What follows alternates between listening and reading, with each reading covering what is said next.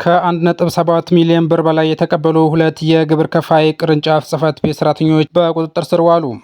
የግብር ተመን ቀንሰን እንገምትላችኋለን በማለት ከ1.7 ሚሊዮን ብር በላይ የተቀበሉ ሁለት የመርካቶ ቁጥር 1 መካከለኛ ግብር ከፋዮች ቅርንጫፍ ጽሕፈት ቤት ተጠርጣሪ ሰራተኞችና ገንዘቡን ከንግዱ ማህበረሰብ ሲያሰባስቡ የነበሩ 5 ተጠርጣሪ ነጋዴዎች በቁጥጥር ስር መዋሉን የአዲስ ከተማ ክፍለ ከተማ ፖሊስ መምሪያ ገለጸ። መጋቢት 2 ቀን 2017 ዓ.ም በአዲስ አበባ ከተማ አዲስ ከተማ ክፍለ ከተማ ወረዳ 1 ልዩ ቦታው ሲዳሞ ተራ እየተባለ በሚጠራው አካባቢ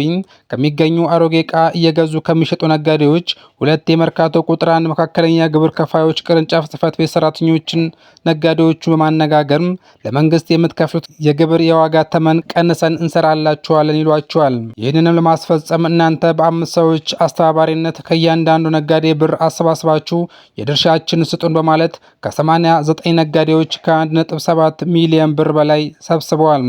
የዚህን ድርጊት መፈጸም ከህብረተሰቡ መረጃ የደረሰው የአዲስ ከተማ ክፍለ ከተማ ፖሊስ መምሪያ ሁለቱን የመርካቶ ቁጥር 1 መካከለኛ ግብር ከፋዮች ቅርንጫፍ ጽሕፈት ቤት ሰራተኞችና